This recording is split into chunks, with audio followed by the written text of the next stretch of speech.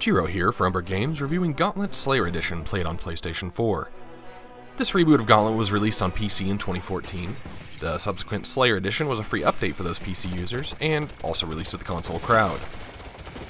This Gauntlet, developed by Arrowhead Game Studios, is their attempt to bring Gauntlet back to what it used to be.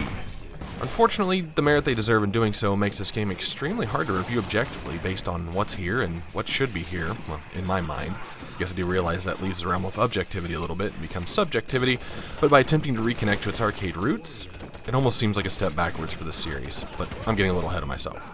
Since the original Gauntlet, released in 1985, we followed the wizard, Valkyrie, warrior, and elf into the depths of dungeons, facing enemies, finding keys to unlock doors, and looking for exits.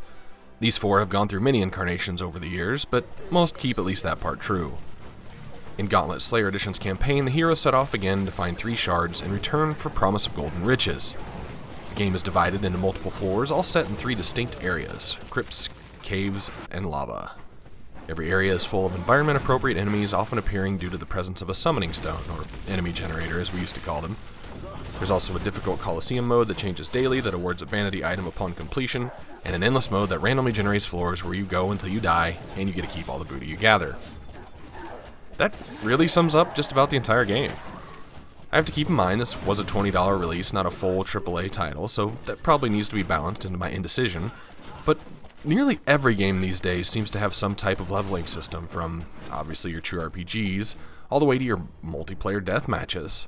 So the fact that there really isn't a true form of character progression in this Gauntlet just makes it feel like it's missing something.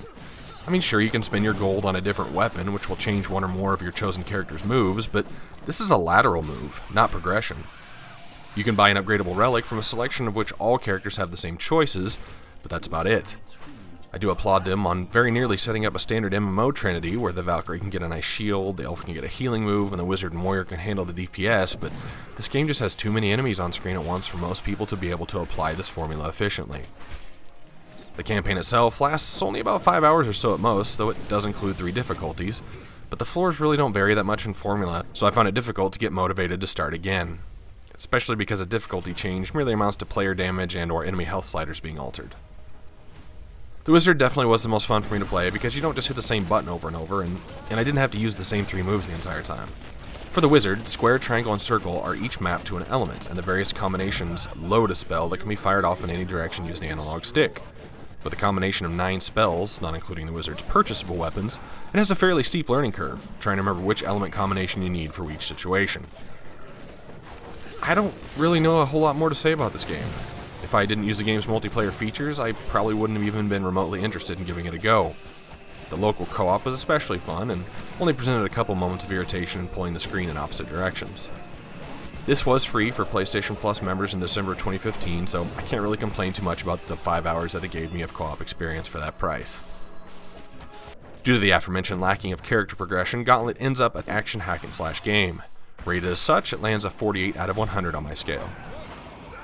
This is Jiro for Umbra Games. Thanks for watching.